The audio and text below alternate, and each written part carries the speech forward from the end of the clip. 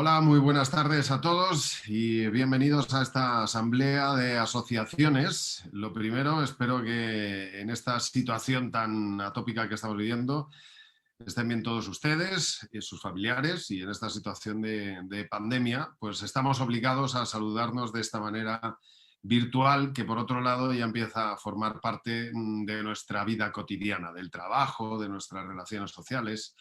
Esta limitación de actos públicos presenciales no ha impedido que hoy nazca algo nuevo que no se había hecho hasta la fecha y que reúne en una sola voz el sentir de más de 140 organizaciones. Agradecer también el interés de todas aquellas personas que nos están siguiendo a través de las redes sociales, de las distintas agrupaciones, y por supuesto también a mis compañeros periodistas que están cubriendo con interés este acto. Bien, el motivo de esta asamblea de asociaciones se explica claramente en su nombre: por la vida, la libertad y la dignidad. Y quiere dar voz a todas aquellas personas que alumbran una alternativa cultural distinta, que piensan que no existe una muerte digna, sino una vida digna, y que defienden unos valores comunes desde distintos ámbitos sociales. Esta tarde vamos a escuchar voces reconocidas del mundo de la cultura, del mundo de la política, de la medicina, del ámbito social, que hoy, desde fuera del ámbito político, desde el ámbito político activo, se expresan libremente y van a contar su parecer ante el ataque a determinados fundamentos sociales y su rechazo en concreto a la ley de eutanasia. Esta asamblea tiene también vocación participativa y quiere dar respuesta a las muchas preguntas que han surgido y que pueden ir enviando a través de un cuestionario que aparece al final de la pantalla, el cuestionario de preguntas y respuestas. Bueno, comenzamos ya con la primera intervención, así que le cedo con gusto la palabra a don Alfonso Bullón de Mendoza, presidente de la Asociación Católica de Propagandistas. Buenas tardes a todos. Muchas gracias, Javi, por tu presentación y por tu participación en este acto. Ante todo, quiero dar las gracias a todas las asociaciones que participan en esta asamblea, a las asociaciones promotoras y a todas las que se han unido a este evento, que congrega a buena parte del asociacionismo español que en distintas y múltiples ocasiones se ha pronunciado a favor de la vida. Cualquier momento es bueno para defender la vida, pero tanto más en aquellas situaciones en las que los ataques y las ofensas contra ella parecen estar a la orden del día. Los tiempos de la pandemia han supuesto un cambio en nuestro modo de vivir, nuestro modo de relacionarnos, y también supuesto un escenario en el que hemos vivido la pérdida de numerosas vidas. Precisamente por ello llama la atención que en el peor momento posible, desde el Gobierno se promueva una ley que pretende acabar con más vidas humanas. Una tramitación que además ignora el sentir de gran parte de la sociedad española. Ignora las necesidades de los enfermos que se encuentran en esa situación de vulnerabilidad y fragilidad y la de sus familias. Ha pretendido hurtar del debate social la verdadera cuestión, que no es otra que la defensa de la vida. Los efectos de una legislación así no pueden ser más desastrosos. En el fondo de la cuestión, cuando se plantea que hay vidas que no merecen ser vividas, se está volviendo a la afirmación de hecho de que unas vidas valen más que otras. Y cuando se argumenta de esta manera, se está despreciando la fragilidad y la vulnerabilidad. Todas las personas, en algún momento de su vida, pasaremos por esos momentos de fragilidad y vulnerabilidad. Y lo propiamente humano, lo propio de una sociedad desarrollada y avanzada, es precisamente cuidar esa fragilidad. En absoluto despreciarla, desatenderla y cuanto menos hacerla sentir como una carga. Pero eso precisamente es lo que hemos visto que ha ocurrido en los escasos países donde se ha legalizado la eutanasia. Necesariamente lleva concepciones materialistas de la vida humana, en la que ésta tiene valor en tanto en cuanto es productiva, en tanto en cuanto aporta recursos, y si no, no vale la pena invertir en ella. Ante esta situación a la que se nos quiere llevar, la sociedad española reacciona. Lo hace tanto desde el sentir y el actuar de las personas que forman parte de esta sociedad, como desde la actuación de tantas asociaciones que no están dispuestas a comulgar con una serie de presupuestos inhumanos, antisociales y también inmorales. Desde la Conferencia Episcopal Española se afirmaba que hay enfermos incurables, pero no hay enfermos incuidables. Por eso la alternativa no es matar al que sufre, sino intentar paliar y evitar ese sufrimiento. No hay que acabar con el enfermo, sino con el dolor que se siente. Y para eso es necesaria ayuda. Desarrollar un sistema de cuidados paliativos que atiendan a la persona en su integridad y que asistan también a las familias del enfermo. Es necesario, reclamamos, la inversión en paliativos como una verdadera alternativa al sufrimiento. Desarrollar también todo un entramado de redes de asociaciones y de actuaciones civiles que puedan aportar en esa defensa de la vida y su vulnerabilidad. Nuestra responsabilidad es actuar en la vida pública, hacer llegar la voz de todos los que saben que ayudar a morir no es matar, sino que al contrario es cuidar, acompañar y asistir. Como personas, como ciudadanos y en muchos casos también como creyentes, afirmamos el valor de la vida humana en cualquiera de sus circunstancias. Por ello, el progreso de la humanidad y el de cada sociedad va ligado a la afirmación propia de una antropología que entienda así la vida.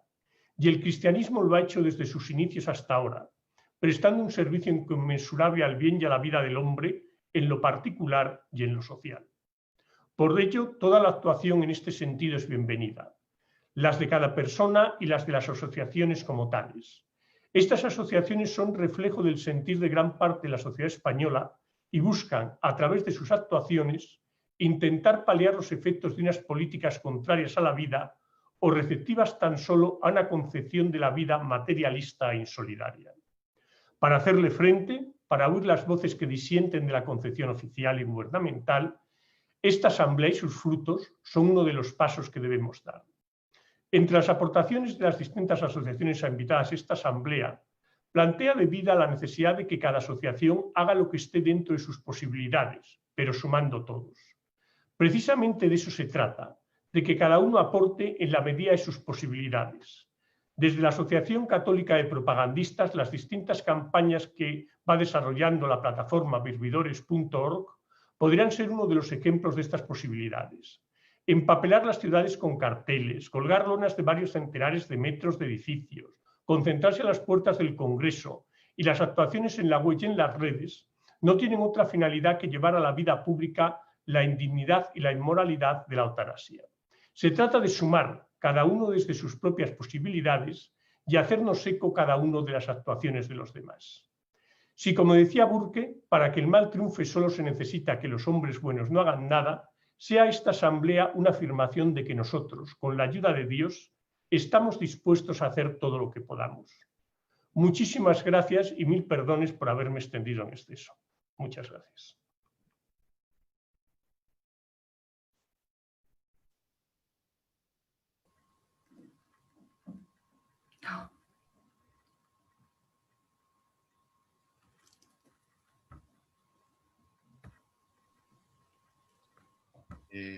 No sé si se me ha escuchado o no se me ha escuchado, María. No se me ha escuchado, ¿verdad? Bueno, le daba las gracias a Alfonso y decía que vamos a escuchar ahora a María San Gil Noaín de la Fundación Villa Cisneros.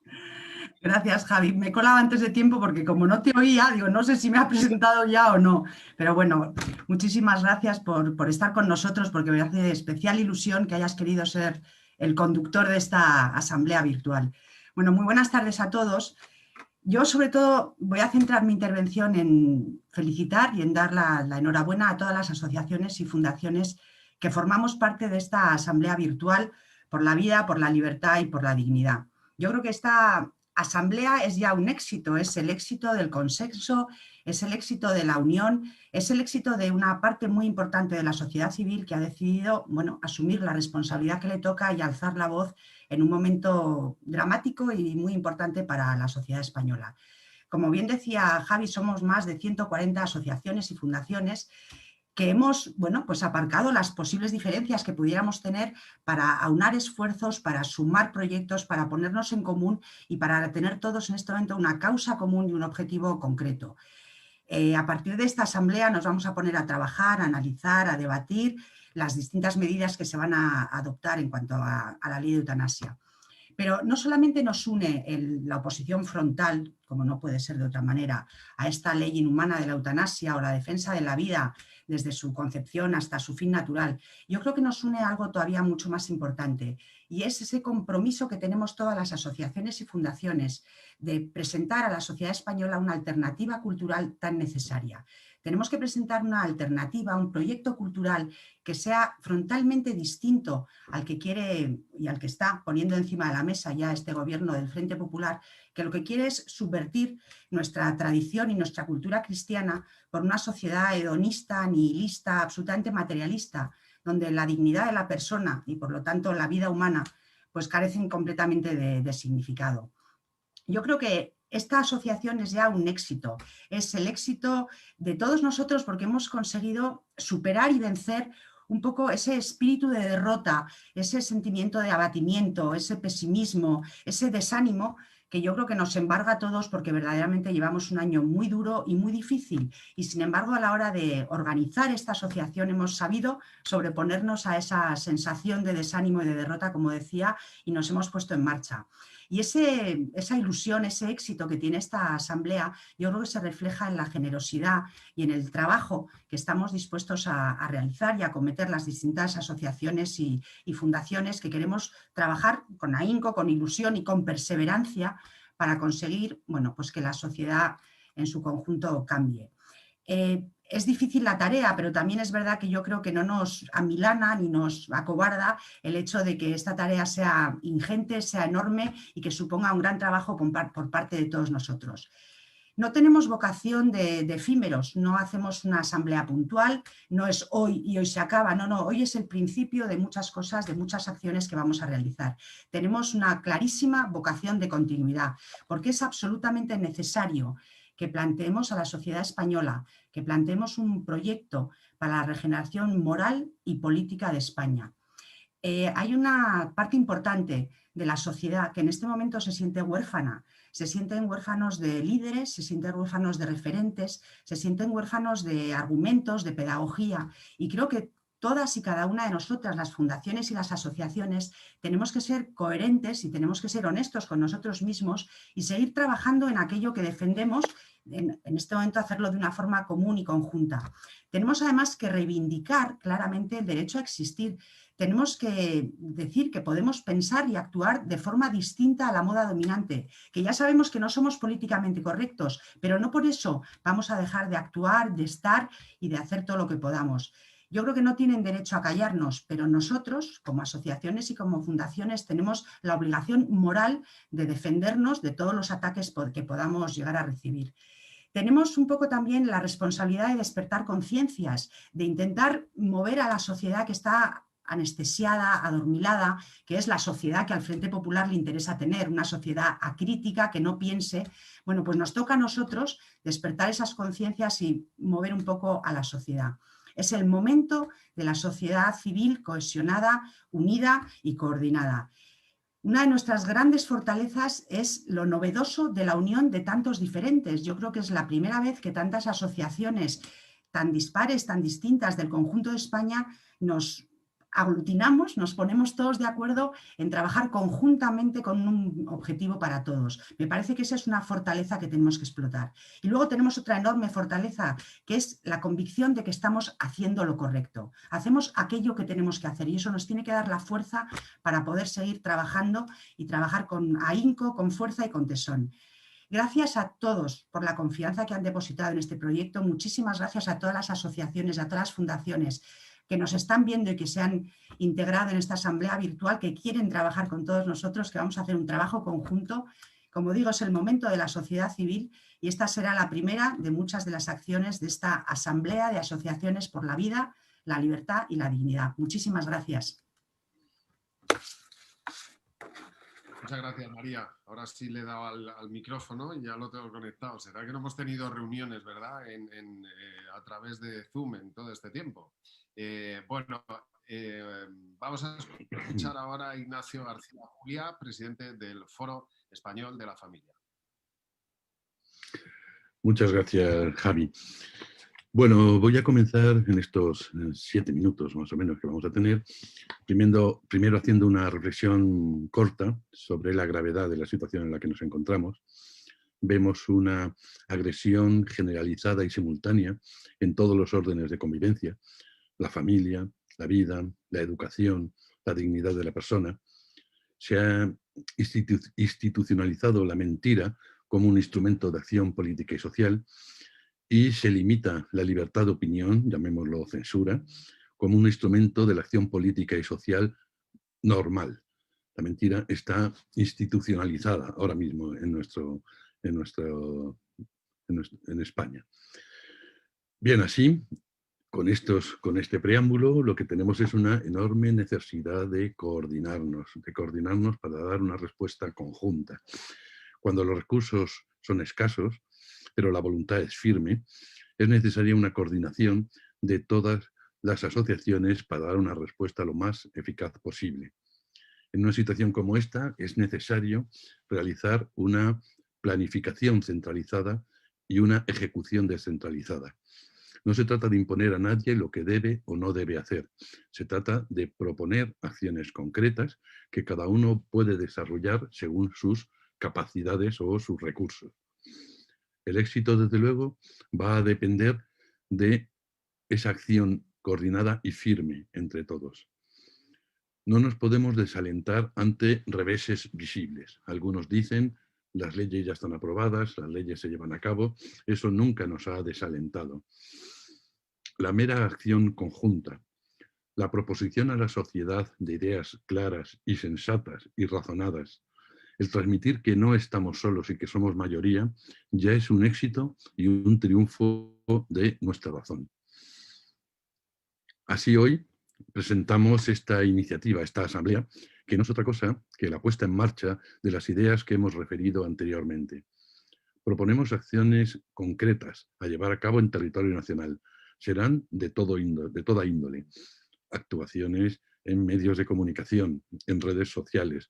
Cuando se vaya a salir a la calle, se saldrá a la calle con la palabra, escribiendo artículos. Poco a poco nos iremos haciendo un hueco para ser la opción viable para el desarrollo de nuestra sociedad. Vamos a dar respuesta a los ataques más inmediatos que estamos recibiendo, pero también se adelantarán acciones futuras. Se requerirá la colaboración de todos, huyendo de confrontaciones y protagonismos estériles y disolventes. Somos, por tanto, una asamblea, un instrumento de enlace y de continuidad. Eso significa que generaremos ideas, generaremos propuestas y las llevaremos a cabo, siempre y cuando, lógicamente, sean razonables. Es el momento de ponernos en marcha, de que las personas sensatas y razonables actúen de una forma coordinada para que la respuesta sea lo más eficaz posible. No es una lucha de David contra Goliat, eso no es así, somos muchos más y somos mucho más razonables. Los que quieren destruir nuestra convivencia lo tienen todo, menos la razón. Algunos nos han preguntado cómo se puede hacer para influir en partidos políticos, en otras asociaciones, incluso en diferentes confesiones religiosas, para que se adhieran a nuestro proyecto. Es sencillo, aunque nos parezca difícil, es sencillo. Tengamos en cuenta que los partidos políticos son instituciones privadas de carácter público. Eso significa que atienden a unos intereses particulares de quienes los componen, pero son muy sensibles al sentir y al pensar de la sociedad en su conjunto. Si estos partidos van viendo que hay un movimiento que empieza de abajo, como empiezan todos los movimientos, y que cada vez se propaga más, cada vez se difunde más, y cada vez se da más respuesta y más contundente a los diferentes atropellos que estamos viviendo, entonces poco a poco irán modificando sus posturas y serán ellos los que se acerquen a nosotros. No tendremos necesidad de ir acercándonos a nadie. Las propuestas que hacemos serán razonadas y razonables, y se puede adherir cualquiera que tenga sentido común. Solo tendremos enfrente aquellos que tienen un programa político, un programa social completamente disolvente, y eso ya sabemos que los tenemos enfrente y los estamos viviendo. No tratamos de convencer a nadie de estas personas completamente ideologizadas.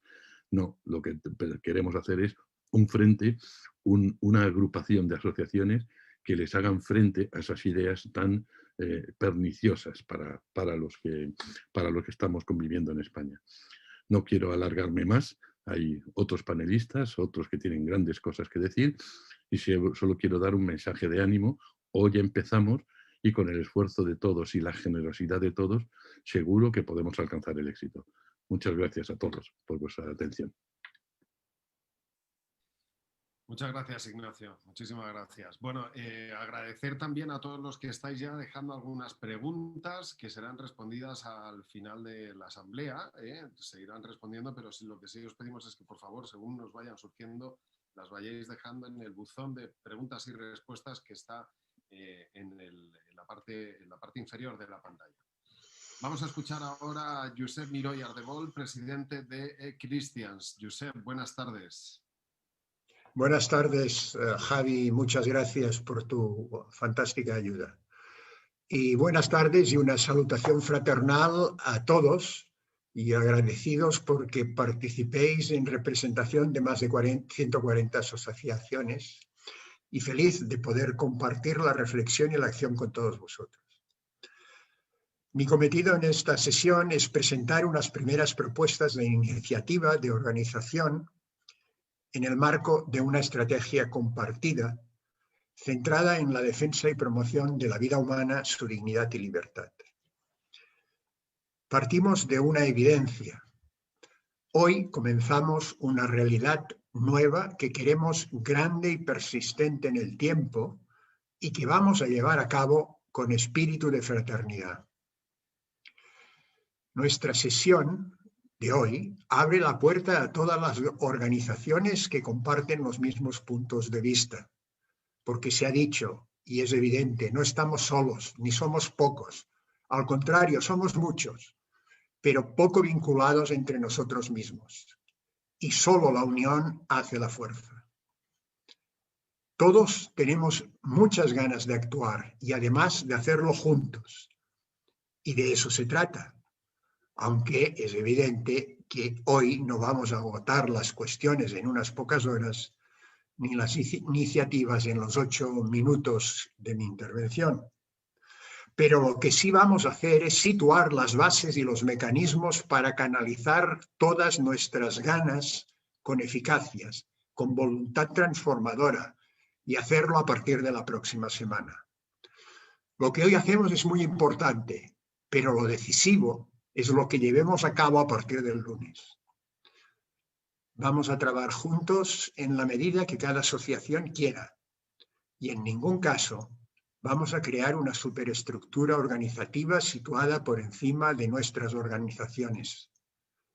Se trata de cooperar, de construir sinergias, de una acción colaborativa y en red capaz de multiplicar la capacidad de acción.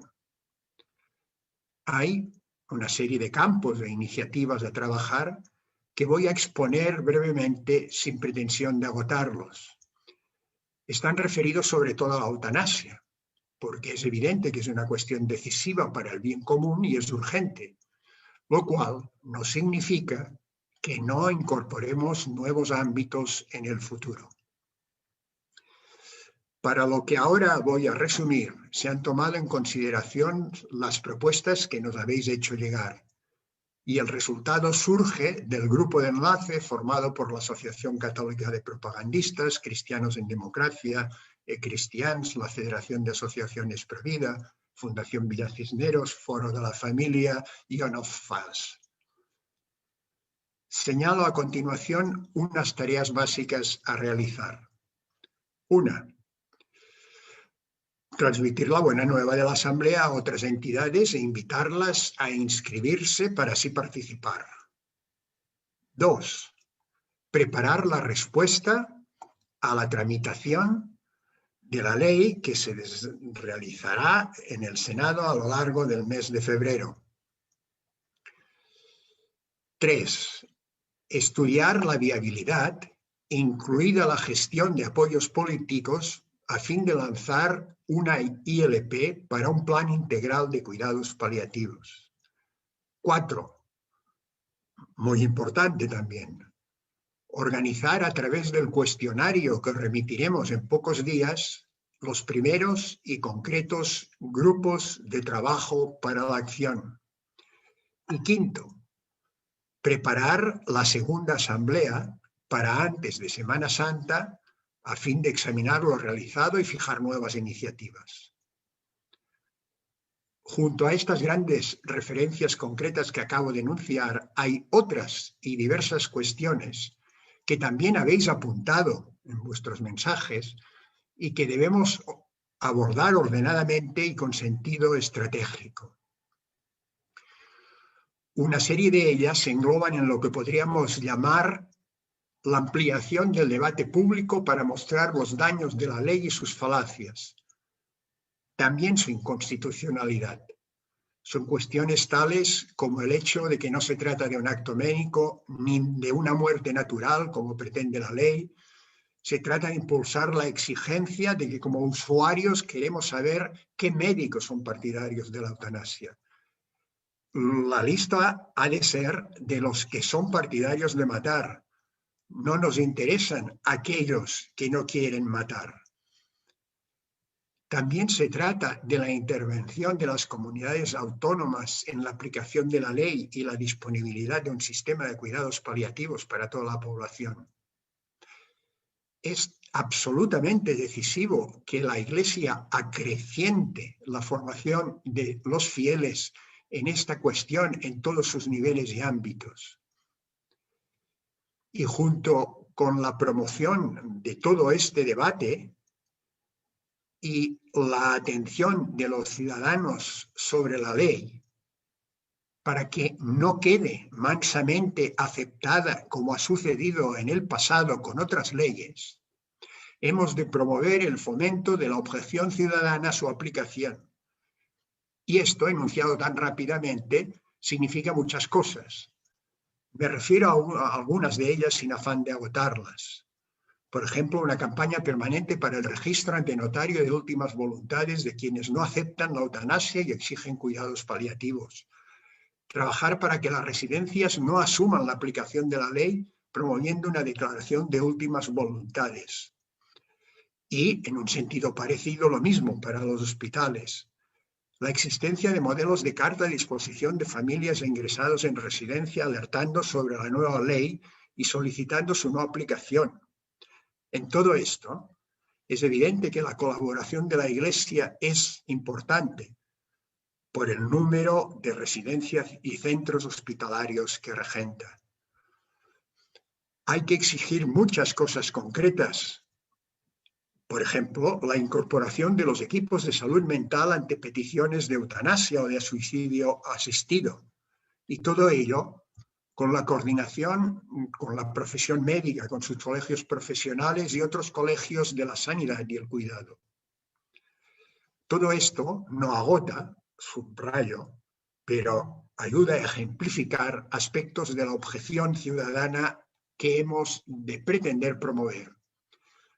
También serán determinantes articular la colaboración de todas nuestras redes y páginas web, articularlas para hacer llegar mensajes acordados comunes a cientos de miles de personas que de otra manera no alcanzaríamos. Este es un caso claro de la enorme sinergia que representa la cooperación. Y no hemos de descuidar el análisis y el diagnóstico. Por ejemplo, ¿por qué ha cambiado la opinión en términos favorables a la eutanasia y al aborto? ¿Qué y cómo trabajar para su reversión? En un futuro corto, también habremos de plantearnos el debate social sobre el derecho a hacer presente los puntos de vista favorables a la vida en los ámbitos educativos y en las instituciones públicas. En fin, con esta muestra vemos claramente, es evidente que la tarea es grande. También es magnífica por su fuerza transformadora y vamos a llevarla a cabo. Cuando esta asamblea termine, comienza la acción. Pongámonos a trabajar en común por el bien común. Amigos y amigas, el gran cambio ha empezado. Vayamos a por él.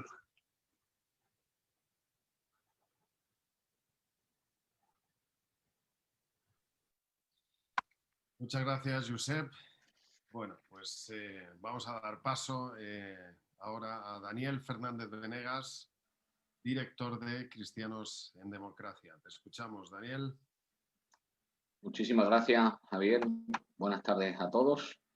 Lo primero, agradecer a las más de 170 personas que ahora mismo están conectados siguiendo el desarrollo de esta asamblea, a las más de 130 organizaciones inscritas.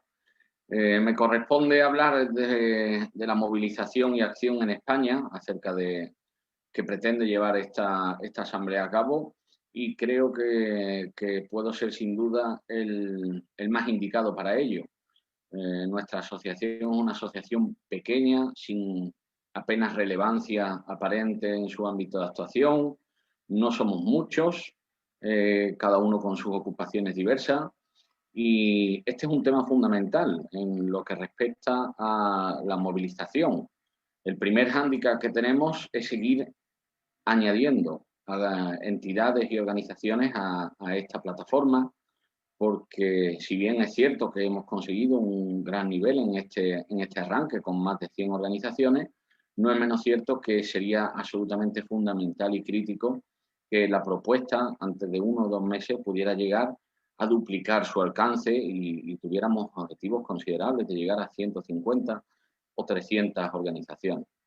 En este aspecto es muy importante considerar que no importa ni el tamaño ni el alcance de las organizaciones, ni tan siquiera sus fines sociales o sus carismas concretos, ¿no? Es importante que llevemos a la sociedad esa pregunta y a estas asociaciones sobre la defensa de la vida, la libertad y la dignidad, ¿no? ¿Por qué una asociación de padres y madres de un centro escolar no se va a adherir a esta iniciativa? O las hermandades, o incluso cualquier tipo de asociación cultural o deportiva, ¿no?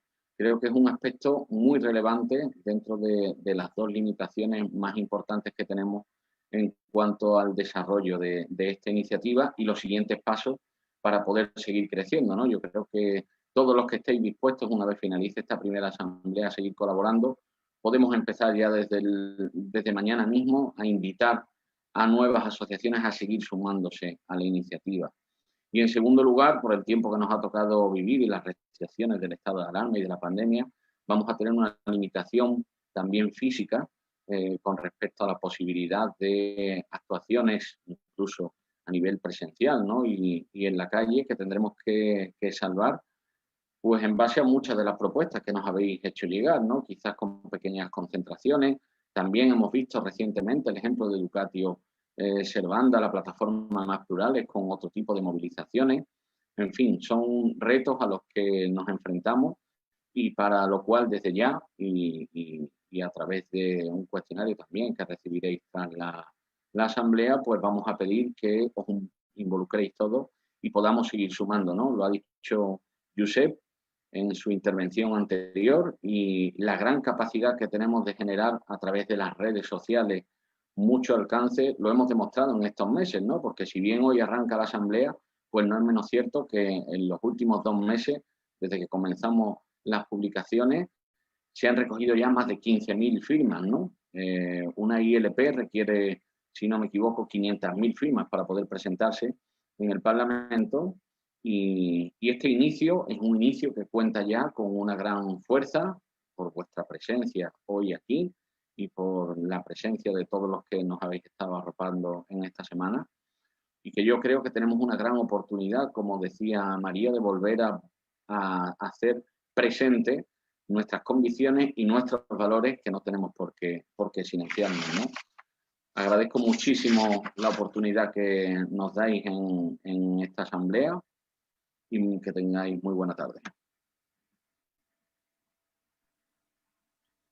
Muchas gracias, Daniel. Bueno, yo aprovecho también para dar la bienvenida a todos aquellos que se han ido incorporando a lo largo de la tarde, y a recordar también que se pueden ir dejando preguntas que serán respondidas en esta asamblea. Ahí dejando preguntas y respuestas. Agradecer a todos los que estáis dejando alguna y que luego se responderán.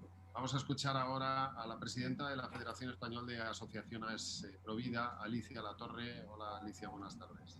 Hola, buenas tardes. ¿Qué tal? Bien, buenas tardes a todos. Gracias y enhorabuena por estar aquí. Y no son unas gracias protocolarias, sino de verdad, de corazón, porque yo considero que esta plataforma es una respuesta providencial a la demanda de la conciencia individual y colectiva, y creo que va a hacer un bien inmenso.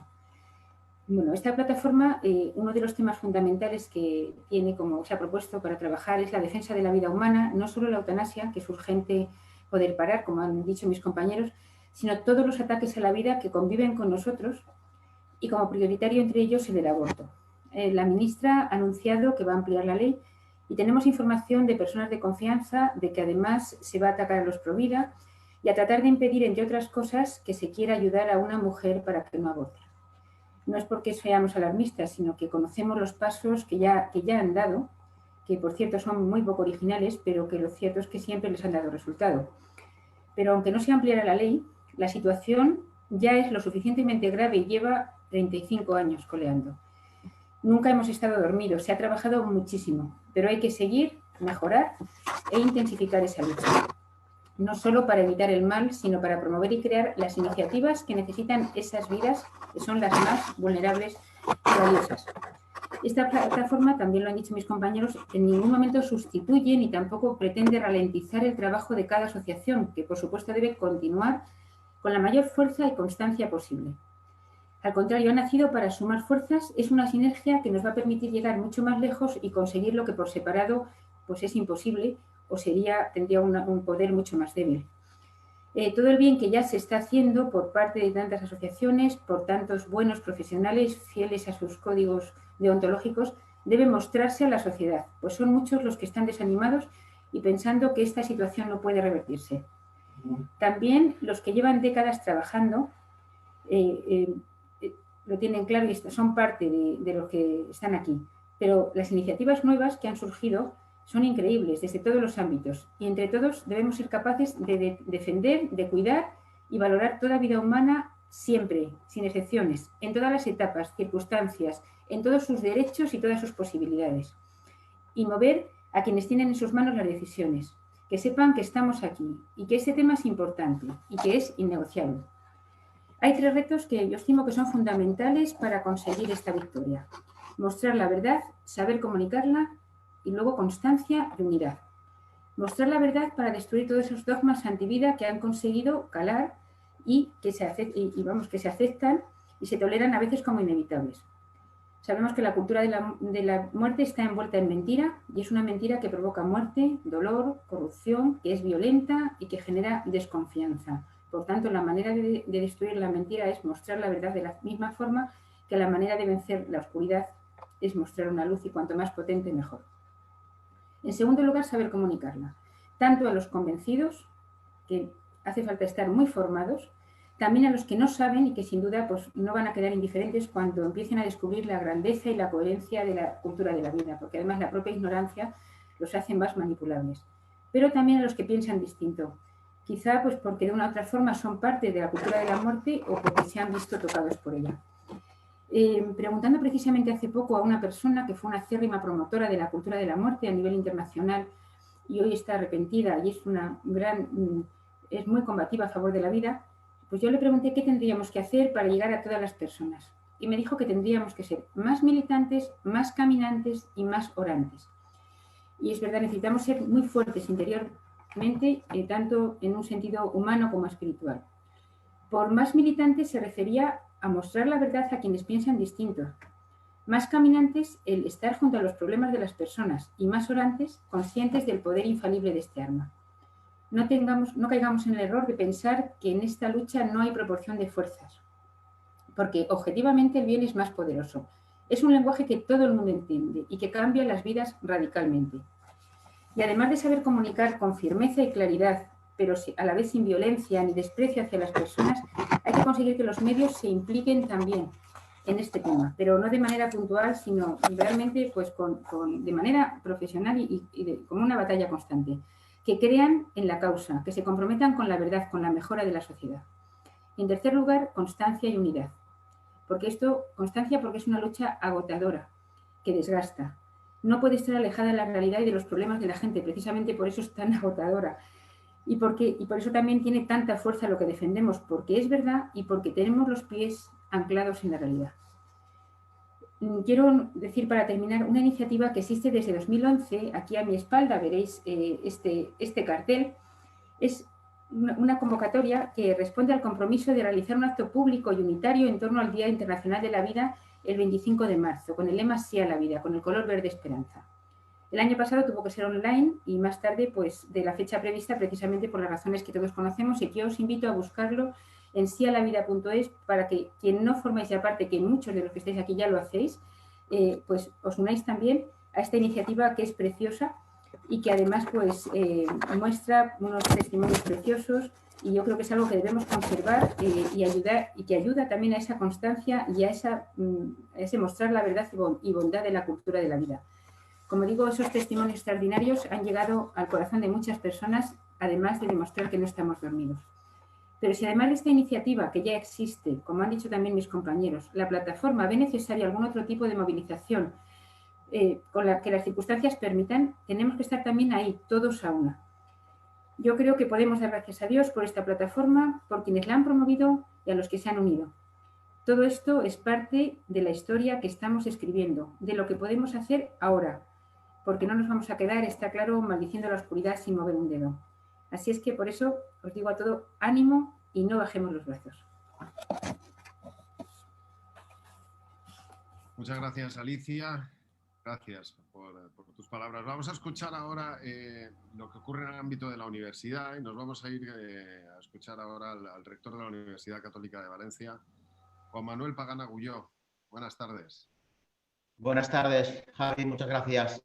En primer lugar, quiero agradecer a Jaime Mayor la invitación a participar en esta asamblea como rector de la Universidad Católica de Valencia San Vicente Mártir y saludar al resto de ponentes y participantes en la asamblea. Tenemos poco tiempo, pero no quiero dejar pasar la ocasión de recordar que hoy celebramos la festividad de San Vicente Mártir. En la ciudad de Valencia es día de fiesta importante. San Vicente es patrón de la ciudad y titular de la Universidad Católica de Valencia. El testimonio del mártir Vicente, testigo de la verdad, es sin duda hoy y para todos nosotros una llamada a no perdernos en medio de la noche. No hay mejor manera que el martirio para presentar la forma en que el cristiano participa en la historia de salvación de la humanidad. Y esto es algo que en este foro es importante recordar. Mi agradecimiento a Jaime por su invitación como rector de una universidad católica parte del convencimiento de que hoy las universidades católicas, que les recuerdo son 13 en España, entre pontificias, católicas y de inspiración cristiana, y que solo en estudiantes de grado tienen más de 100.000 alumnos, están llamadas a ser luz en el ocaso que vive Occidente, una luz que ilumine conciencias. Debe presentar y defender ese conjunto de verdades que llamamos ley natural y que deben operar como principios no negociables en el diálogo social. Y en esta misión conviene recordar lo que señala la Constitución Apostólica Schor de Ecclesia, que aplica a todas las universidades católicas. La Universidad Católica ha de estudiar los graves problemas contemporáneos, entre los que no olvida el de la dignidad de la vida humana. Cito literalmente el punto 32. Si es necesario, la Universidad Católica deberá tener la valentía de expresar verdades incómodas, verdades que no halagan a la opinión pública, pero que son también necesarias para salvaguardar el bien auténtico de la sociedad. Fin de la cita. Esto es algo que debemos tener presente todas las universidades católicas como lo que es un mandato a ser valientes. Y la sociedad y todas las asociaciones aquí representadas deben sentir que las universidades católicas estamos dispuestas a ello y que estamos a su servicio para ayudar en esta causa de la defensa de la vida. Pues bien, en esta tarea las universidades católicas debemos trabajar juntas. La gravedad del momento lo exige. Hemos empezado a realizar acciones conjuntas, pero no es suficiente. Debemos organizarnos y compartir estrategia en la urgente tarea de mantener despierta la sensibilidad ante la verdad y el bien. La defensa de la vida humana desde su concepción hasta la muerte natural, la libertad religiosa o el derecho a la educación, entre otras, son las verdades del orden natural que de manera especial nuestras universidades deben difundir en favor de una sociedad más digna.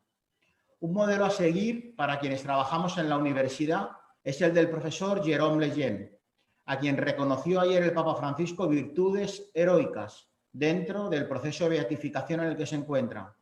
el profesor Leyen nos indica el camino a seguir: investigar, cuidar y defender la vida, con valentía y asumiendo las consecuencias que esto tiene en una cultura de muerte como la nuestra. La universidad tiene mucho que aportar porque es generadora de saber y de educación, una formación que ha de ser integral. Es crucial que nuestros estudiantes descubran la libertad plena, que no es la ausencia de compromisos, sino la capacidad de contraerlos. No podemos dilapidar todo ese capital humano en una mera transmisión de un conocimiento puramente instrumental. La Universidad Católica debe poner al servicio de la sociedad sus trabajos, sus proyectos, su capacidad aglutinadora de expertos y la divulgación y difusión de su conocimiento. La Universidad Católica debe, en definitiva, ayudar y participar en el planteamiento de una auténtica alternativa cultural, tan necesaria en este momento. Cátedras, institutos de investigación, titulaciones compartidas, observatorios y espacios comunes de intercambio de conocimiento entre las propias universidades católicas han de multiplicarse de forma habitual para hacer frente al pensamiento único que ocupó la universidad en buena parte del siglo XX y que, reconozcámoslo, ha sido mayoritario y que ha conformado la actual cultura, tal y como definitivamente hemos visto en estas primeras décadas del siglo XXI. Vivimos una emergencia social y no podemos contemporizar ni esperar. No quiero acabar sin hacer una llamada a recuperar la esperanza, la nuestra y la de tantas personas que sufren el sinsentido de una vida sin Dios, a quien la humanidad ha suplantado entronizando al hombre. Demos razón de nuestra esperanza. Muchas gracias a todos, especialmente a los que han hecho posible este encuentro. Un abrazo desde Valencia y mucho ánimo. Gracias, José Manuel.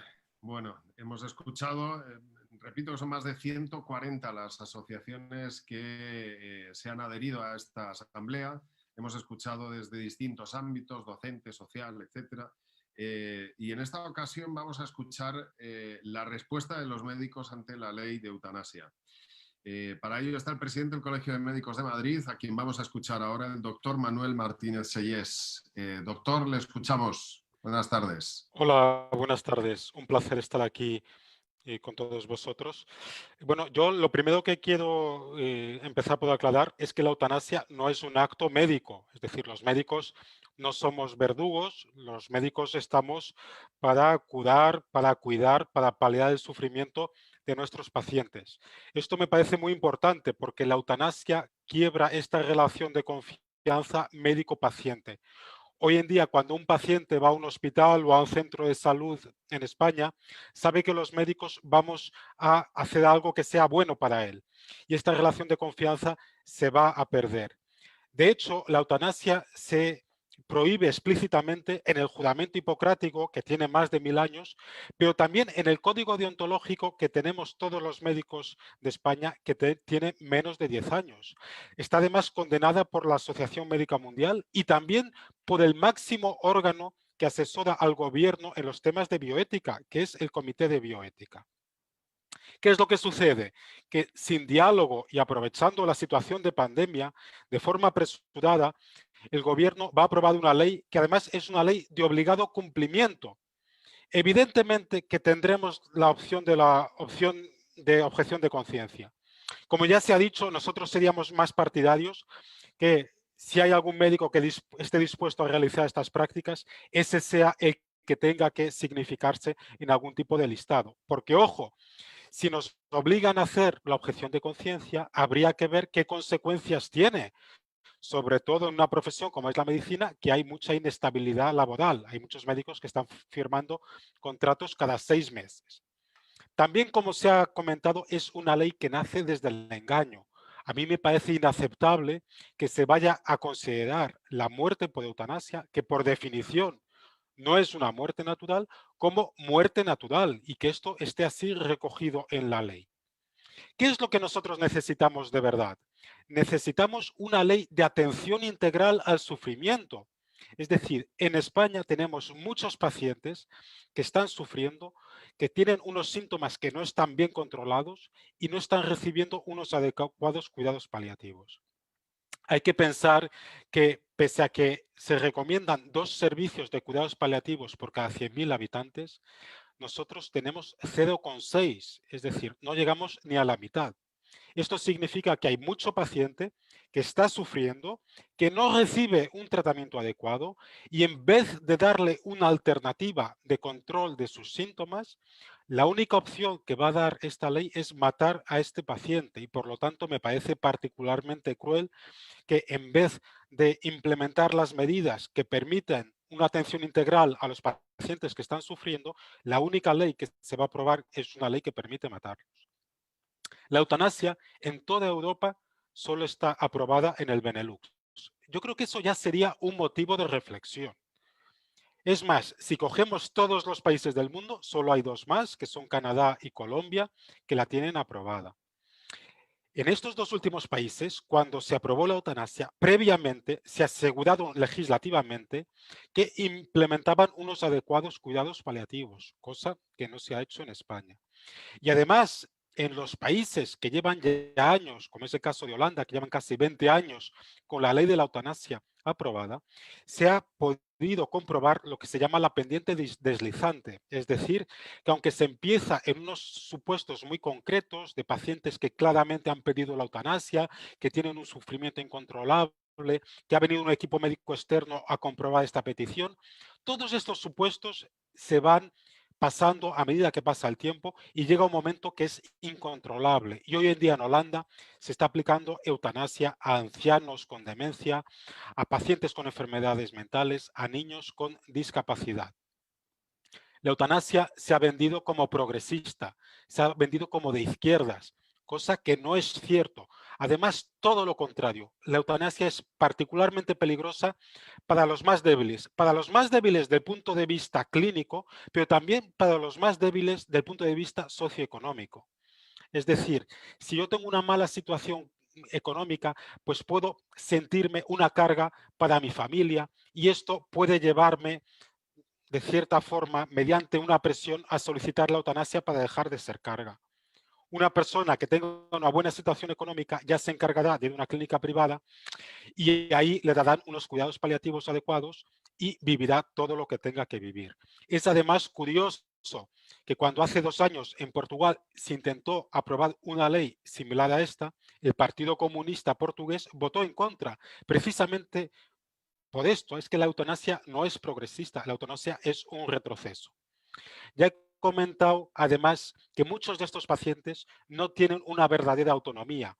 Es paradójico que una ley que se defiende para promover la autonomía, al final, pues va a ser lo contrario, va a presionar a pacientes, muchos de ellos que a lo mejor la misma situación clínica no les permite ser autónomos, muchos de ellos que pueden tener enfermedades mentales o una depresión patológica. Y aquí es fundamental una valoración por parte de unos equipos de salud mental ante cualquier petición de eutanasia.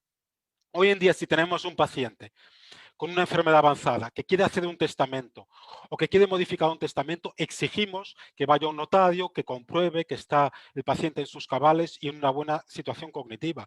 Se entiende que para tomar una decisión de este calibre tiene que estar el paciente en condiciones adecuadas para hacerlo.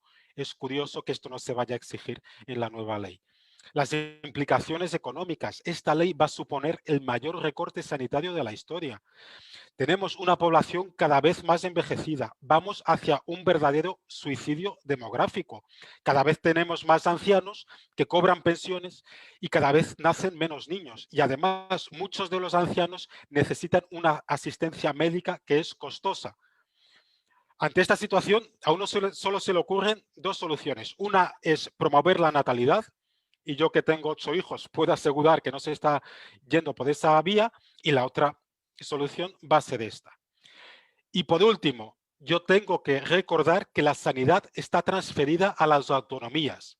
Es decir, yo desde luego, si esta ley va hacia adelante, yo voy a pedir el amparo de la Comunidad de Madrid, porque la responsable última de cómo se controla la sanidad en Madrid es la Comunidad de Madrid. Voy a terminar ya con 4 citas de 4 documentos que me parece que son importantes. El Código de Deontología Médica del año 2011 pone específicamente: el médico nunca provocará intencionadamente la muerte de ningún paciente, ni siquiera en caso de petición expresa por parte de este. Este es el código vigente actualmente en España para todos los médicos de España. La declaración de la Asociación Médica Mundial del 2019. La Asociación Médica Mundial reitera su fuerte compromiso con los principios de la ética médica y con que se debe mantener el máximo respeto por la vida humana. Por lo tanto, la Asociación Médica Mundial se opone firmemente a la eutanasia y al suicidio con ayuda médica. El penúltimo, informe del Comité de Bioética del año pasado, 2020. La eutanasia y o el auxilio al suicidio no son signos de progreso, sino un retroceso de la civilización. Y por último, la declaración oficial de los colegios de farmacéuticos, odontólogos y médicos de Madrid de este año: es particularmente grave el engaño que nace con la ley de considerar la muerte provocada por eutanasia como muerte natural, algo injustificable. Muchas gracias. Muchas gracias, doctor. Bueno, llega el momento, después de haber escuchado a los distintos ponentes, llega el momento de responder algunas de las preguntas. Espero que pueda responderse el mayor número de preguntas que se han enviado. Agradecer de verdad a todo el mundo que ha querido participar a base de estas preguntas, su interés. Y se van a ir respondiendo todas las preguntas en orden de participación. La primera pregunta, por lo tanto, es para don Alfonso Bullón. Son dos preguntas en realidad, Alfonso. Te preguntan cómo se puede articular la participación individual en estas iniciativas sin tener que representar a una entidad. Pregunta Javier Pollatos Sebastián. Y la siguiente pregunta es de Vita, que dice: ¿quiénes coordinarán estas propuestas y cómo se podrán evitar conflictos de interés entre asociaciones? Bien, yo creo que por lo que se refiere a la primera de las cuestiones, aquí se plantea la coordinación de asociaciones porque es la forma más rápida de llegar a un mayor número de gente. Pero evidentemente cualquier persona que no esté becada en ninguna y simplemente quiera unirse a la iniciativa, pues doy por sentado que será más que bien recibida. Y respecto al otro, es cierto que ya llevamos trabajando un tiempo en ver cómo podemos movernos, cómo podemos organizarlos, y nunca ha surgido en ningún momento pues ninguna discrepancia. El tema de la coordinación es un tema que tendrá que salir y que habrá en algún momento, pero ya digo que es un buen ambiente, un buen deseo y un buen espíritu de ver qué podemos hacer todos juntos. Pues muchas gracias, Alfonso. Las dos siguientes preguntas, repito que vamos a intentar responder todas las que sea posible, son para María San Gil. María, te preguntan: ante el riesgo de que se asocie la defensa de la vida humana como una causa exclusivamente religiosa o de corte ideológico, ¿cómo poder incluir en esta acción social a toda asociación y personas que defiendan la vida desde posturas diferentes?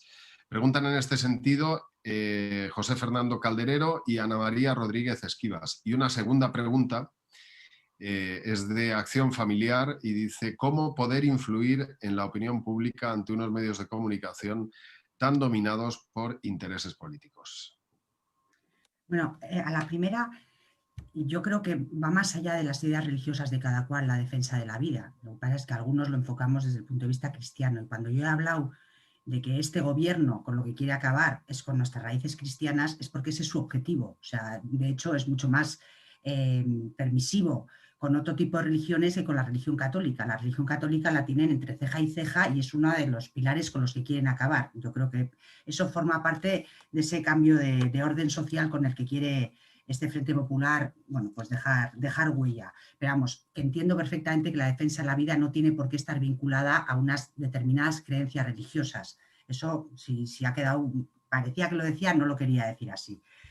¿Y cómo influir si todos los medios de comunicación están en manos del gobierno? Bueno, pues yo creo que haciendo cosas de este tipo. Es decir, yo creo que la sociedad civil tiene que salir a la calle. No podemos ahora, pero bueno, pues será de manera virtual. Tenemos que empezar a influir en nuestros ámbitos de influencia más cercanos, nuestra familia, nuestros amigos, empezar a decir lo que opinamos, no callarnos. Yo creo que es el momento de alzar la voz, de reivindicar aquello en lo que creemos y poco a poco, si todos nos desperezamos, nos quitamos un poco esa especie de, como decía yo antes, de somnolencia que tenemos, de estar un poco anestesiados y levantamos la voz, conseguiremos cambiarlo. Habrá iniciativas que se destinen a los políticos, habrá iniciativas que puedan intentar cambiar determinadas leyes, bueno, recogidas de firmas, todo ese tipo de cosas. Pero yo creo que si cada uno de nosotros empezamos a ser conscientes de que el verdadero cambio es por un cambio de actitud personal, esto tiene visos de poder cambiar a más corto plazo. Pues muchas gracias, María. Bueno, la siguiente pregunta es para Ignacio García Juliá, presidente del Foro Español de la Familia, y la plantea Valentía Forum, Instituto de Política Social y Foro Cultura 21. Y pregunta a Ignacio sobre la posibilidad y la conveniencia de organizar movilizaciones ciudadanas, es decir, manifestaciones en este sentido. Bien, es una pregunta fácil. Ahora mismo, de momento, no es muy posible, porque salvo que sean vehículos, como se han hecho en otras ocasiones, por otros motivos, pues no va a ser posible. Pero claro, como esta asamblea nace con vocación de continuidad y de permanencia en el tiempo, pues llegará un momento en que sí, ante una acción concreta, habrá una respuesta concreta que puede conllevar la movilización en la calle. Movilización en la calle con la que ya tenemos mucha experiencia. Y hay que tener en cuenta también que las movilizaciones en la calle atraen muchas personas y son un gran altavoz para que otras que están más perezosas o imposibilitadas incluso de acudir, se sumen a nuestra actividad. Por tanto, sí, claro que habrá... de momento no desechamos ningún tipo de acción. Lo que sí llamamos la atención es que hay que desperezarse y no rehuir ninguna conversación ni ninguna intervención. Si estamos ante la radio y podemos llamar a la radio, pues podemos llamar a la radio y decimos lo que pensamos ante alguna arbitrariedad o algún error. Si estamos leyendo el periódico y vemos algo que no, pues podemos escribir cartas al director o actuar de alguna otra manera. Es decir, es un problema de levantarnos e ir, ¿no? Levantarnos, vamos, ¿no? Pues ese es el problema, levantarnos de una vez y empezar a actuar en la vida pública, porque si no lo hacemos ahora, quizá quede poco mañana para poder actuar. Muchas gracias, Ignacio. La siguiente pregunta es de la fórmula del Foro de la Familia de Valencia. Se la vamos a trasladar a Josep Miró, al presidente de Christians, y habla Josep sobre cómo poder hacer llegar a la sociedad el mensaje de que es posible una alternativa antropológicamente respetuosa con la vida y la dignidad humana. Primero, sabiéndola plantear bien, y creo que las intervenciones de hoy y otras muchas reflexiones que han ido apareciendo estos días en los medios, esto lo confirman. Tenemos un buen planteamiento, tenemos razones, algunas desde la fe y otras simplemente desde la calidad del propio razonamiento. En segundo término, debemos desarrollar nuestros propios canales para llegar a la gente. En este sentido, yo me refería en mi intervención a la importancia de trabajar en red, en las redes sociales, aprovechando la suma del potencial de cada una de nuestras páginas en este medio, de cada una de nuestras webs, para transmitir aquello que nos hemos puesto de acuerdo, evidentemente. Pero esto es importantísimo. De entrada, con los que estamos aquí presentes, situando esta tarea en red, podríamos llegar fácil a 600.000 personas y con un poco de esfuerzo y un poco de recursos podríamos llegar a 1 millón de españoles. Y la tercera es trabajando bien a los medios de comunicación, a los medios generales, a los grandes, a los pequeños, a los locales, a los que tienen alcance en toda España. Estos son los 3 niveles. Ahora, nada suple el que trabajemos unidos, que pongamos fin a la diáspora de la gente que pensamos de una determinada manera, que dejemos de ser cabezas de ratón y que configuremos un gran león sin pensar demasiado quién es la cabeza, porque la cabeza la hemos de ser todos y al mismo tiempo. Muchas gracias, Josep. Vamos a seguir respondiendo preguntas. En este caso la fórmula Enraizados, la ha formulado también a esta asamblea, y la va a responder Daniel Fernández, director de Cristianos en Democracia. La pregunta dice: ¿de qué manera se puede invitar a otras entidades, otras asociaciones vecinales, clubes deportivos, a adherirse a esta plataforma, Daniel? Pues mira, en nuestro caso directamente nos hemos dirigido a las entidades en las que los miembros de nuestra junta directiva o los asociados de nuestra asociación ya forman parte, ¿vale? Entonces, es una cuestión bastante simple y que numéricamente se expresa también de una forma muy coherente con lo que estamos haciendo. Este grupo empezó con 6-7 organizaciones, posteriormente pasó a unas 20, fruto de los contactos de esas 6 personas, y una vez que se ha abierto y cada uno de nosotros contactando con otras entidades, pues estamos hoy aquí casi 150 organizaciones. Si mañana esas 150 organizaciones comenzamos a movernos, que seguro que cada uno en nuestro ámbito tenemos alguna cercana, en la próxima a mí no me cabe duda que estaremos 300 o 350. Y todo parte siempre pues de los asociados de cada una de nuestras organizaciones. Muchas gracias. Hay una pregunta que vamos a trasladar en este caso a la presidenta de la Federación Española de Asociaciones Provida, Alicia Latorre. La pregunta la formula la asociación Voz Postaborto y dice: ¿qué podemos hacer, Alicia, para revertir la cultura de la muerte de la que la mayoría sufrimos las consecuencias negativas? Bien, no sé si tengo la cámara. No, ahora mismo no te vemos. Ya. Vamos a ver, ahora sí. Perfectamente.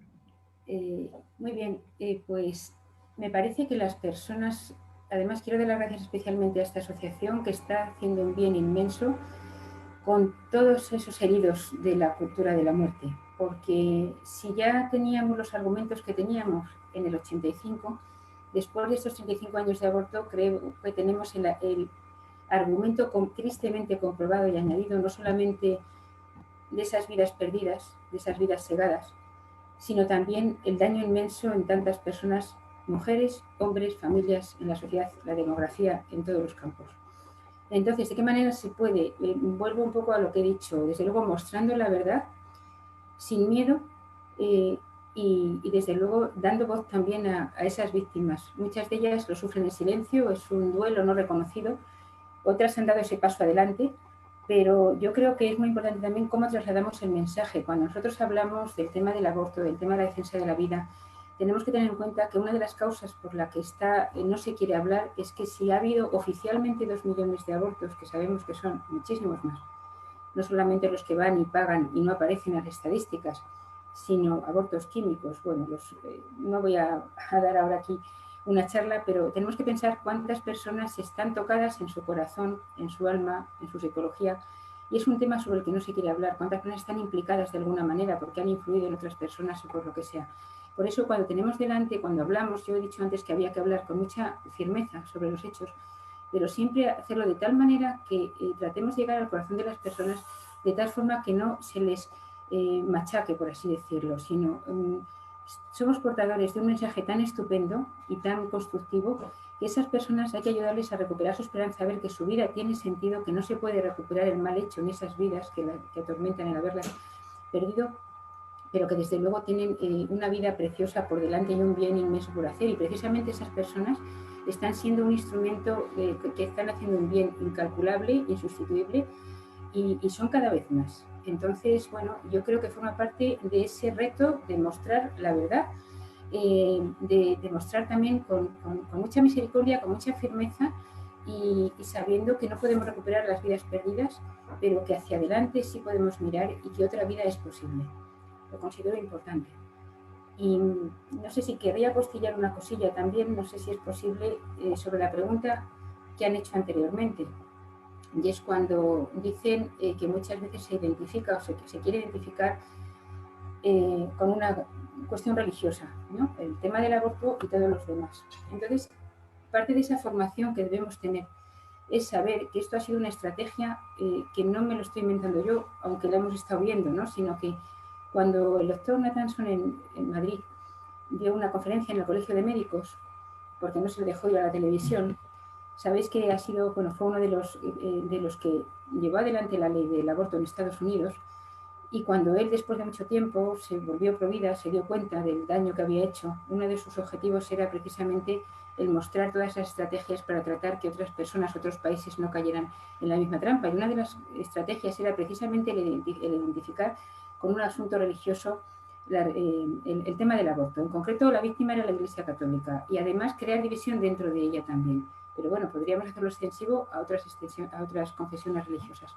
Precisamente por decir, si yo no soy creyente, no tengo por qué defender la vida. Quien es creyente está tratando de imponer sus ideas a otras personas. Entonces hay que saber que no es un asunto religioso, no es una cuestión de creencias, sino de evidencias, que cuando una cureta destroza dentro del vientre de una madre a un hijo no es cuestión de creencias, que cuando una mujer siente ese dolor, sea creyente o no sea creyente, eso nos iguala a todos, pero que tampoco hay que caer en el extremo de pensar que una persona que sea creyente entonces no tiene capacidad de pensar, sino que quien sea creyente tiene además otras razones añadidas y a lo mejor es donde encuentra la fe para seguir, o sea, esa fuerza para seguir en la lucha. Pero hay que saber esto, que la cuestión de la defensa de la vida es de creyentes, de no creyentes, que hay miles de razones de tipo médico, de tipo sociológico, de tipo psicológico, de todos los ógicos que queramos, y también desde un punto de vista de la fe, por supuesto. Pero no es una cosa exclusiva de los creyentes y por tanto nadie se puede escaquear, por así decirlo, si no es creyente, porque esto es una cuestión de justicia, de derechos humanos. Cualquier político de cualquier signo, cualquier persona con una conciencia recta y un poco de corazón debería luchar por la cultura de la vida y desde luego están a tiempo de cambiar de bando los que lo vean de otra manera. Muchas gracias, Alicia. Hay una pregunta más, en este caso sobre la juventud, que le voy a trasladar al rector de la Universidad Católica de Valencia, a José Manuel Pagán. Una pregunta que llega por dos partes. Por un lado, el Instituto Blas de Lezo, y la formula de una manera muy parecida también María del Carmen González, que habla y nos pregunta, José Manuel, sobre cómo poder motivar a la juventud para que participe en estas iniciativas.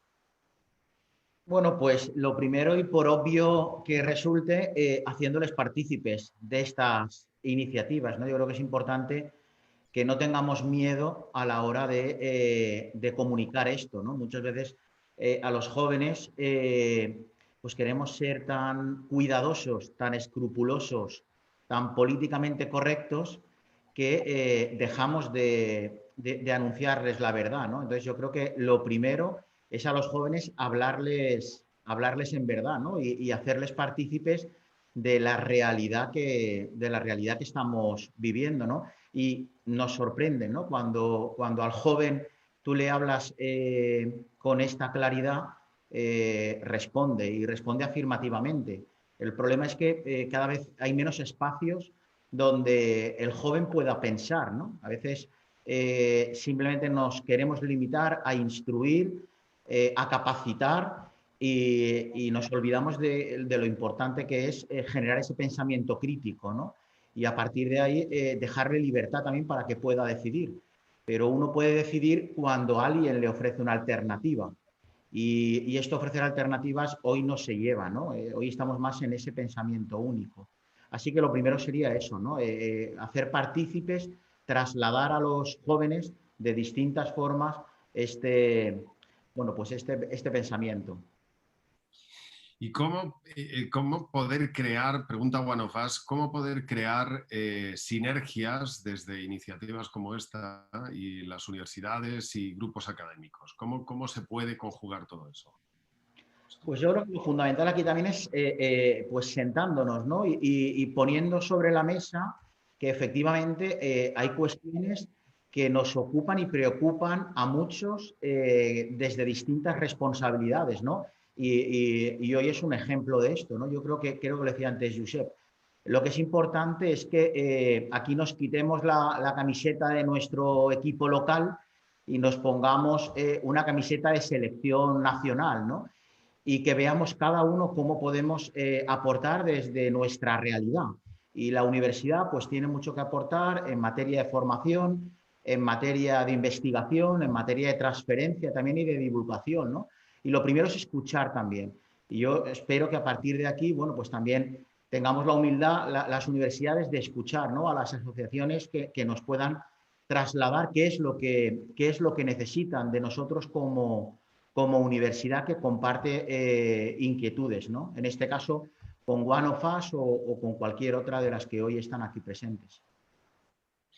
Pues muchas gracias, José Manuel. Han surgido también varias preguntas después de la intervención del presidente del Colegio de Médicos de Madrid, del doctor Manuel Martínez Sellés, y algunas de ellas se las vamos a plantear en este momento. En este caso la plantean ANDOC, ADEVIDA y la Asociación Bioética de Madrid, y es sobre la necesidad y la posibilidad de organizar una acción coordinada, doctor, relativa a la objeción de conciencia en los médicos que no quieran administrar eutanasia. ¿Cómo se puede realizar esto? Bueno, efectivamente, como he intentado resumir en mi charla, este punto me parece muy importante. Es cierto que, aunque todavía existe una pequeña esperanza de que esta ley no se venga a materializar, pues esta esperanza ya es casi nula, con lo cual tenemos que prepararnos para la situación en la cual la ley esté vigente. Desde luego, desde los colegios de médicos, lo que tenemos que exigir es, uno, que estos registros sean anónimos, es decir, que las autoridades no conozcan a aquellos profesionales que han realizado objeción de conciencia. O, como he dicho antes, que para mí sería lo ideal, que hubiese una objeción de conciencia inversa, por así decir. Es, si hay algún médico que esté dispuesto a ir contra el código deontológico y contra el juramento hipocrático, que sea ese médico el que se signifique.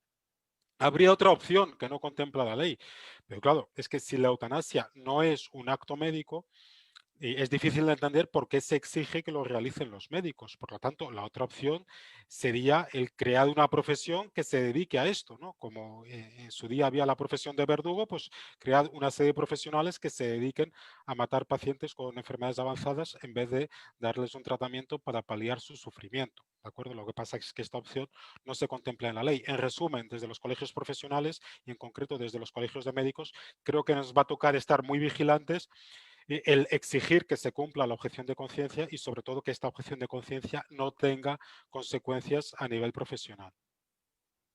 Bueno, y hay una pregunta más de la Asociación Familia y Dignidad, una pregunta muy interesante, doctor. Dice, ¿usted cree que se puede cumplir el extremo que la futura ley de eutanasia prevé y sobre el que usted nos ha hablado en su ponencia, que es el poner a disposición del paciente la posibilidad de cuidados paliativos antes de aplicarle eutanasia? Bueno, es que esto debería de producirse. Lo que pasa es que, uno, actualmente es manifiesto que la mayoría de los pacientes que tienen enfermedades avanzadas no reciben cuidados paliativos adecuados. Es decir, en España muchas veces más que cuidados paliativos, lo que estamos aplicando son cuidados moribundos. Es decir, los pacientes reciben cuidados muy al final de su proceso patológico, cuando tendrían que hacer o tendrían que recibir cuidados paliativos en los últimos meses de su vida y esto les permitiría tener una mejor calidad de vida. Además, somos de los pocos países europeos que no tienen una especialidad oficial de cuidados paliativos. Qué curioso que el otro es el Benelux, ¿no? Es decir, está muy claro que una vez se legalice la eutanasia, los escasos cuidados paliativos que tenemos en este momento van a reducirse. Es más, esta ley de la eutanasia también tiene implicaciones económicas, como he dicho, pero también habrá que pagar para realizar estos actos. ¿De dónde va a salir ese dinero? Pues me temo que de los medios que hay actualmente para realizar los cuidados paliativos, con lo cual, aunque lo ideal sería que tuviésemos unos cuidados paliativos adecuados y esto haría que las peticiones de eutanasia, que ya son excepcionales, fuesen aún más excepcionales, lamentablemente me temo que la situación va a ir a peor y unos cuidados paliativos que ya son infradesarrollados, vamos a tener incluso menos cuidados paliativos en el futuro. Bueno, una última pregunta y de verdad agradecer a todo el mundo que ha formulado preguntas y si alguna queda por contestar, bueno, pues intentaremos responderla de alguna forma. Una última pregunta de Juan Carlos Corbera, presidente de Educatio Servanda. Pregunta para usted, doctor, puesto que dice las transferencias sanitarias están transferidas a las autonomías, como usted y se ha contado ya, como en educación, y son ellas las que tienen que desarrollar las normas más concretas. ¿Se van a ofrecer los colegios médicos a los gobiernos locales para ayudarles en estos desarrollos, de mantener, de hacer que palíen en la medida de lo posible los peores aspectos de la ley? 100%. Es decir, yo lo que voy a intentar, bueno, además Juan Carlos lo conoce muy bien porque ha estado implicado en toda la lucha contra la ley CELA y de hecho ya en la Comunidad de Madrid ha habido un compromiso por parte del Gobierno de la Comunidad de Madrid de dificultar todo lo que se pueda a la ley CELA. Se han ampliado los conciertos con los colegios, se ha hecho una contrarregulación. Entonces, yo lo que voy a solicitar es algo similar. Es decir, es que la situación es similar, porque igual que la educación está transferida a las autonomías, también la sanidad. Y por lo tanto, desde luego, que esto yo ya lo he comunicado a la consejería y una vez entre esta ley en vigor, pues desde luego yo voy a pedir el amparo de la Comunidad de Madrid para limitar en la medida posible su aplicación en la Comunidad de Madrid. Pues muchas gracias, doctor, y gracias a todos los que han participado de alguna manera u otra a través de las preguntas, a través de las ponencias. Gracias a todos. Vamos a escuchar ahora al presidente de la Federación Europea One of Us, a don Jaime Mayor Oreja, con las conclusiones de esta asamblea. Don Jaime, buenas tardes. Buenas tardes. En primer lugar, muchas gracias, Javier, por tu presentación, por tu presencia esta tarde hoy aquí. Gracias a las más de 140 asociaciones que están hoy con nosotros. Pero no solo gracias por estar hoy aquí, sino gracias por el trabajo, por la tarea, por la labor que han desarrollado a lo largo de muchos años. Esta asamblea no sería posible, no hubiese existido sin muchos trabajos que habéis desarrollado vosotros en soledad, en solitarios, y por eso ese agradecimiento a vuestra presencia hoy es algo más que el hecho de que estéis hoy aquí, gracias a vuestra ingente tarea en estos años. Y permitidme que haga 3 agradecimientos muy singulares. Y si me equivoco en alguno de ellos, perdón por no hacerlo más exhaustivo. Gracias a Ana del Pino, porque Ana del Pino, que no ha dicho nada hoy, ha sido en buena parte alma mater de este trabajo de coordinación y de suma. Gracias también a Daniel Fernández, porque ha tenido también una tarea muy importante en esta materia. Y yo diría que gracias también a Josep Miró, porque la iniciativa es de todos, pero quien lanzó la iniciativa en su momento fue Josep Miró, así que gracias a todos vosotros. Después de escuchar las intervenciones de hoy, no tengo un papel fácil. Simplemente quiero decir que estoy sinceramente emocionado. Yo tengo una gran emoción a la hora de intervenir al final, porque yo, escuchándoos, he tomado conciencia de la importancia de este paso que estamos dando, que es un paso relevante, que es un paso decisivo, que es un paso determinante. Y no solo yo hoy estoy emocionado, no solo he tomado conciencia después de escucharos, sino que también me he dado cuenta que todos asumimos un gran compromiso, un gran reto. La unidad es una obviedad, es una necesidad, pero la unidad no ha sido una realidad. Y ahora lo que hace falta es que esta unidad sea perseverante y fundamentalmente sirva para este plan tan ambicioso que ya ha empezado a marcar el propio Josep Miró con acciones concretas, no abstractas, y que significan esencialmente un gran compromiso. Como no tengo muchísimo que decir después de escucharos a todos vosotros, me vais a permitir que os traslade una lección de vida, que puede ser, algunos lo pueden considerar un poco petulancia. No es así, al menos por mi parte, simplemente el transmitir una lección de vida, no una lección que imparto yo, sino una lección que me ha dado la vida a mí. El año 77, cuando yo empecé la política en Guipúzcoa y en el País Vasco, yo me di perfectamente cuenta que ETA era casi imbatible. Y la transición se limitó y fue mucho hacer la transición. Pero en aquellos años, ese proyecto de ruptura parecía imbatible. 20 años después, en 1997, un año después de entrar en el gobierno, nos dimos cuenta que ETA no era imbatible. Y por ello nos llenamos de convicción y de determinación. Y todo empezó a cambiar, aunque lamentablemente no ha concluido de la mejor manera posible. Pero vaya si cambió nuestra determinación, nuestra convicción, nuestra acción decidida cuando estuvimos convencidos que aquello no era imbatible. Hoy sucede algo similar. Tenemos una moda dominante que parece imbatible, que domina la mayoría de los medios de comunicación, que tienen todo, como muy bien decía Ignacio Sánchez Juliá, menos la razón. Pero es evidente que están crecidos y cuanto más extremistas sean dentro de ese frente, están más eufóricos. Pues bien, si eso es así, si es verdad que están ganando hoy por goleada, estar seguros que antes que después van a perder, porque no hay cimientos, no hay fundamentos, no hay valores, no hay razones, y solo hay rencor y el oscuro deseo de cambiar un orden social por otro sin fundamentos. Por eso es tan importante que sintamos, que interioricemos este sentimiento de que vamos a ganar, que eso sin duda nos va a llevar a la determinación, a la convicción, a la decisión. Y eso lo hacemos desde la unidad que fundamentalmente nos debe caracterizar para siempre.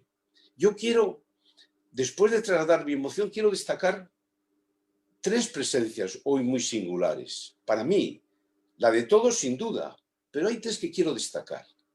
En primer lugar, la presencia de los médicos, del Colegio Médico de Madrid, de Manuel, que indudablemente nos da una fortaleza enorme. La opinión de los médicos es decisiva y determinante en esta tarea de hacer frente a la eutanasia.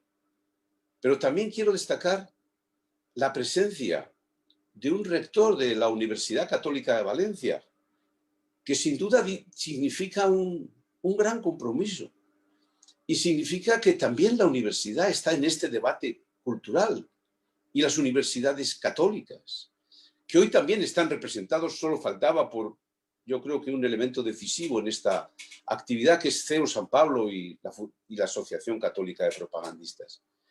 Bueno, y la tercera, que no están participando, pero que nos están escuchando.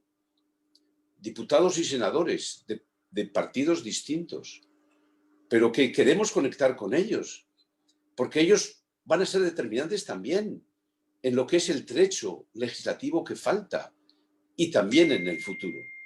Y dicho todo esto, lo que quiero insistir al final de mi intervención es que esto es un paso más, como muy bien lo habéis dicho vosotros. Es un paso más en lo que es y debe ser una alternativa de carácter cultural, que significa esencialmente que valores como la vida hoy, pero la verdad también, como apuntaba muy bien Alicia, pero también la naturaleza y la dignidad de la persona humana, la libertad de educación, ahí está más plurales con los que vamos a contactar, porque están desarrollando ya una tarea ingente, la libertad religiosa también. Y también la idea de España, pero entendida esencialmente desde su auténtica dimensión, desde su auténtica naturaleza. Bueno, todo esto significa una definición de una alternativa cultural. Pero empecemos por la Asamblea de la Vida. Empecemos haciendo frente a esta ley perversa como es la ley de la eutanasia. Perseverancia es un elemento que sin duda es esencial en la vida y es vital, en mi opinión, también para esta asamblea de la vida. Nosotros tenemos que ser fundamentalmente extremadamente generosos. Nosotros tenemos que ser fundamentalmente también, en la medida de lo posible, tenemos que saber extremar la bondad entre nosotros y la confianza entre nosotros. Unos son de una manera de ser, otros de otro. Unos tienen una determinada estrategia, otras asociaciones otras, pero necesitamos reforzar la confianza de nosotros mismos. Y como muy bien han dicho tanto María como Alicia, nosotros tampoco tenemos que esconder que en nuestro análisis y nuestro diagnóstico, uno de los problemas que tenemos es un déficit en la dimensión religiosa y espiritual de nuestra sociedad. Eso no significa que no estemos abiertos a muchas asociaciones que a lo mejor no comparten